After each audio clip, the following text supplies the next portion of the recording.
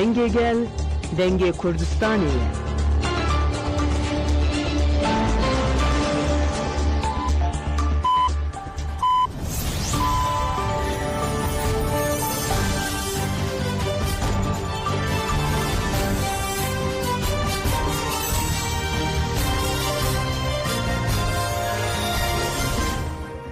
جنابندان چند رادیو دنگی گلدن باش گذاریم هیچ ایرو 29 کانون 2024 یک شنبه بروکسل ساعت 10 لامد 12 امن چند سرسی به پیشکش بکندم دم آزادی ریبر آپویا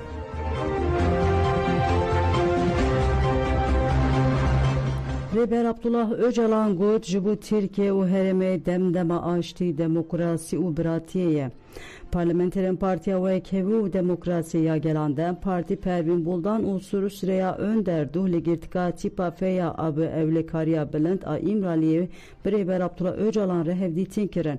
Pervin Buldan sırı sıraya önder tekildari hevditine daxuyane genviski dan. Daxuyane da hat gutun ku med 28 kanun 2024 deli İmraliye bibrez Abdullah Öcalan re bıqasi 3 saatan hevditine ke berfirehli darxız. Rewşawiya tendürüsiye baş bu, morali wî pir baş bu. Nirxandinên wî yên ji bo çareseriya mayîndê ya pirsgirêka Kurd bi jiyanî bûn. Di hevdîtînê de geşedanên dawî yên li rûşata navîn û Tirkiye hatin nirxandin. Birêz Abdullah Öcalan dijî senaryoyên pêşeroja tarî yên tên ferskirin pêşniyarên çareseriyê yên erenî pêşkêş kir. Di daxuyanê de nêrînên Birêz Abdullah Öcalan û nêzîkatiyên wî wa hatin parvekirin. Yek Jinûvekirina biratiya Tirk û Kurdan bi qasî berpirsiyartiyeke dîrokî di heman demede ji bo diyarkirina qedera hemû gelên diyarkere girîng û mijareke lezgîn e. Dido ji bo pêvajo bi ser bikeve hemû derdorên siyasî yên li Tirkiyê bêyî ku bikeve nava hesabên demkî û teng hewceye însiyatîfê li xwe bigirin çêker nêz bibin û ji hêla erenî ve züdewer bibin. Ev yek pir giringe bêguman yek ji zemînên vê züdeweriyê ya herî giring jî dê TBMM ango meclisa Tirkiye be. Sise geşedanên Gaza û Sûriye nîşandan ku çareseriya vê pirsgirêka ku bi müdaxaleyên derbere her ku diçe ber behtir Kurd be ketiye rewşeke wisa ku nabe ku êdî were talûq kirin. Di çarçove ve Mecidayê de ji bo ev xebat were bi serxistin piştevanî û pêşniyarên muxalefetê binirxînin. Çar ez ji xwedî ve zanebûn û biryardariyê me ku ji hêla erenî ve piştgiriyê bidin paradigmaya ku bi Birêz Bahçeli û Birêz Erdoğan hêz didine min.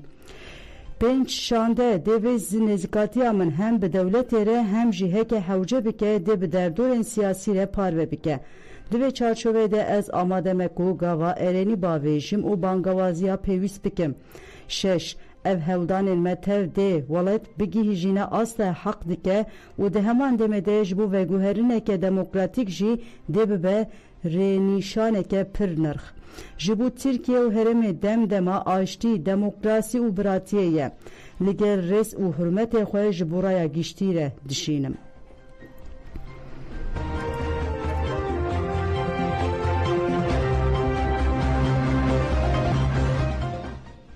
Hevsevkatiya Konseyre ve Bera KCK Cemil Bayık Gud ve em Bengava Azadiye bi ser bixîne.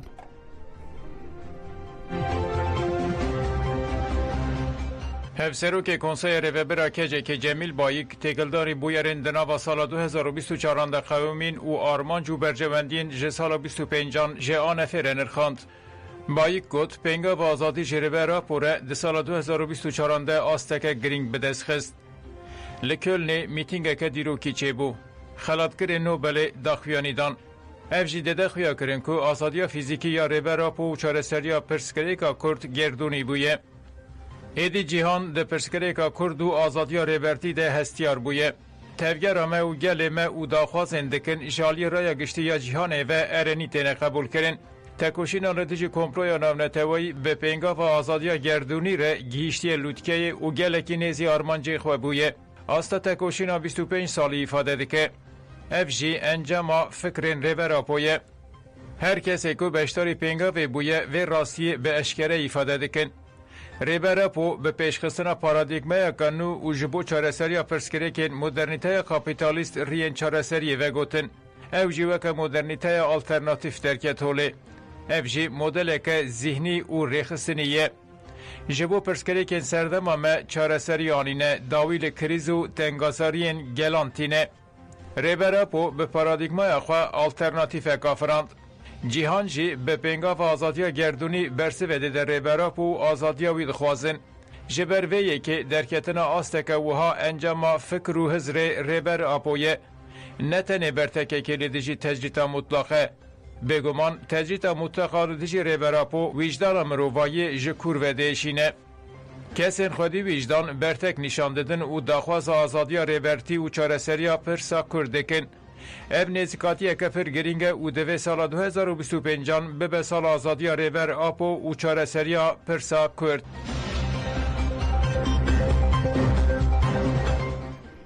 Di operasyona Reqqeyê de 27 kes hatin girtin. Fermandariya giştiya Hêzên Ewlekariya Hundur ya Herêma Bakur û Şatê Sûriyê têkilari operasyona li dijî şaneyên çeteyên Daişê li bajarê Kerema yê Reqqeyê daxuyaniyek da.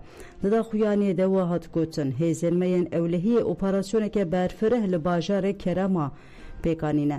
Ev operasyon di çarçoveyê zêdebûna çalakiyên rêxistina çeteyên Daişê li Herêmê hatiye pêkanîn. Di encama operasyonê de 27 çeteyên şaneyan û yên bi sûcên cuda tevanbarin hatin girtin. Hejmareke zêde Kalaşnikov, tevî Cebilxane û jarjoran hatin desteserkirin. Fermandariyê got ku armanca vê operasyonê mîsûgeriya îstikrar û aramiya Herêmê bû. Hêzên me teqesî bi rola aktif a xelkê Herêmê kir ku alîkarî û hevkariya bi wan re werekirin. Em teqez dikin em ê li hemberî her gefeke çeteyan bersivê bidin, ewlehî û aramiya Herêmê biparêzin.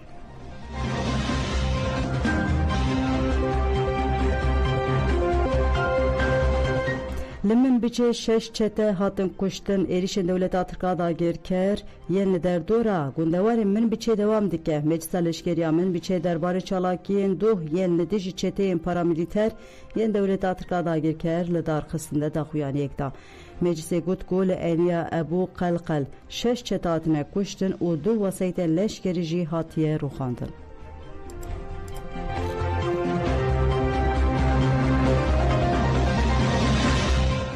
Qesedê nasnameyê şehîdeke eşkere kir navenda ragihandina Hêzên Sûriya Demokratîk Qesedê bi daxuyaniyeke nasnameyê şervanekê xwe ku 25 kanûnê li herêma bendava Tişrînê şehîd bû eşkere kir. Navendê got şehîd hebûn berî 7 salan tevî têkoşîna hêzên me ya li herêmên Bakur û Şatê Sûriyê bû. Di sala 2020 de tevlî refên yekîniyên antiterorê yatê bû.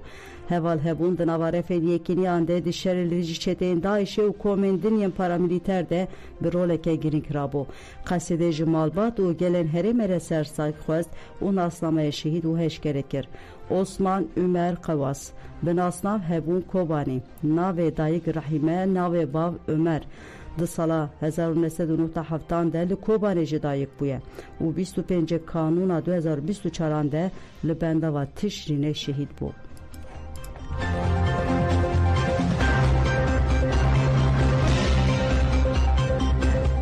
Cenazeyên şervanên Qesedê li Dêrazorê hatin veşartin. Duh li Dêrazorê merasima cenazeyên şervanên Qesedê Ahmed Hamid Elmanîf û Hemûd Abdulaziz Muhammed hatiye li darxistin.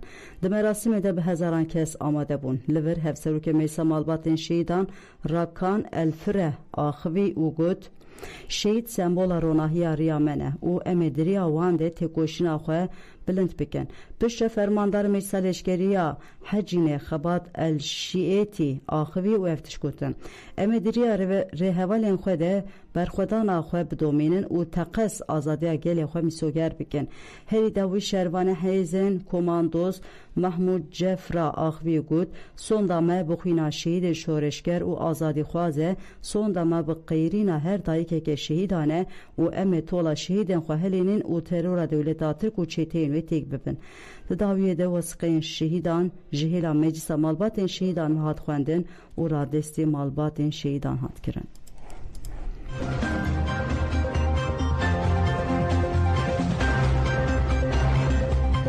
Nöbeta li ser Sînorê Kobanê berdewam dike. Nöbeta ku piştgiriya DPP'den parti û têja li ser Sînorê Koban pir Sûselî ji êrişên Dewleta Tirk û Çêtên wê hat destpêkirin di roja şeşan de dewam dike.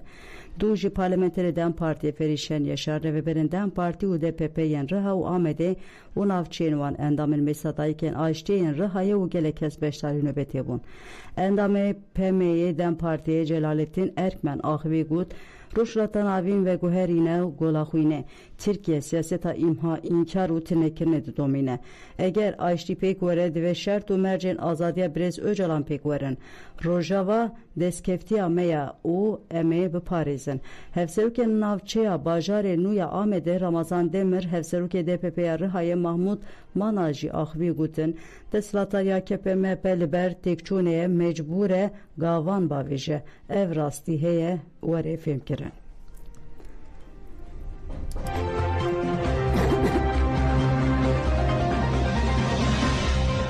Yekîtiya jinan a Aleviya Demokratîk ji bo çalakiya li Strasbourgê ban kir. Yekîtiya jinan a Aleviya Demokratîk têkildarî êrişên li ser gel û baweriyên li Sûriyê daxuyaniyek da û ji bo çalakiya çarê Çilê ya Strasbourgê ban kirin. Daxuyanî bi vî rengî ye. Me weke baweriya riya heq di tevaya dîrokê de li dijî zilm û beadaletiyê li ber xwe daye. Ji îro pê de jî em ê ji bo maf û adaletê dengê xwe bilind bikin. Yekîtî Diyarbekir û rêveberiya Xwesera Bakuruşatê Sûriyê parasta nirxên çandî û dîrokiyê mirovaniyê kiriye û dewam dike. Li Rojava şoreşa jinê hatiye pêkanîn felsefeya jin jiyan azadî belavî cîhanê bûye. Yêkaneriya azadî û jiyana birûmet û demokrasî ev e û divê ev sîstem were parastin.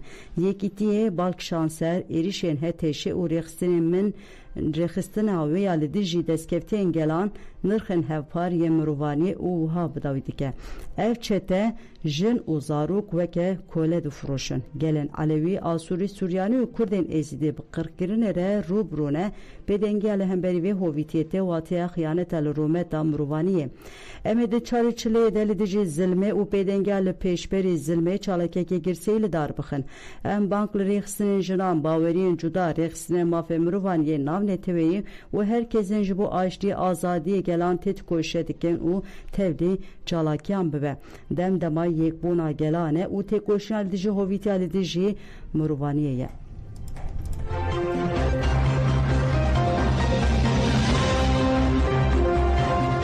Li Triestê êrişên dagirkeriya hatin şermezarkirin li İtalya bajarê Triestê bi pêşengtiya Koordînasyona Kurdistanê Girseya Qarabalık li hevkom bû êrişên Dewleta Tirk û Çêtên wên dagirkeriyê şermezar kirin.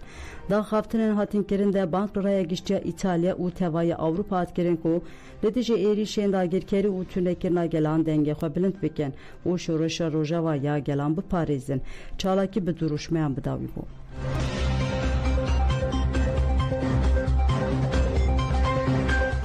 Li Wanê leşkeran welatiyeke şehîd kirin. Li gundê Avzergê navçeya wan Seravê welatiyê bi navê Seyid Xan Durdu bi guleya jî weseytê leşkerî hat berdan jiyana xwe ji dest da. Çavkanên herîmî ragihandin ku Seyid Xan Durdu yê çil salî bû li ser riya Axurkê weseyta leşkerî gule berdanê û ew şehîd kirine. Heman çavkanên got ku Seyid Xan ji hespê ketiye û bi giranî birîndar bûye û gelek xwîn hûnda kiriye.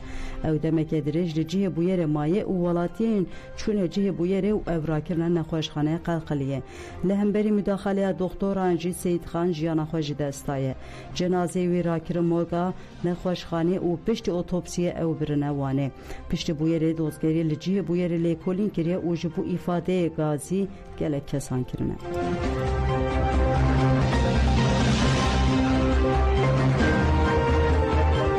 Kolberê Kurd ji ber sermayê jiyana xwe ji dest da rêxistina mafê mirovan ya Kurd yê bi daxuyanekê ragihand û Kolberê Kurd yê bi navê İdris Nedîrî 30 salî yê xelkê gundê Qul'esterî ya ser bi bajarê Banê ye demeke kolberiyê de ji ber sermayê jiyana xwe ji dest daye. Hat gotin ku İdris Nadîrî bi sê hevalên xwe re ji ber barîna berfê ya li Sînorê Baneyê asê mabûn ji ber wê jî İdris Nadîrî ji bi sermayê miriye. Heman rêxistinê da zanin ku rewşa kolberên din jî gelekê giran e.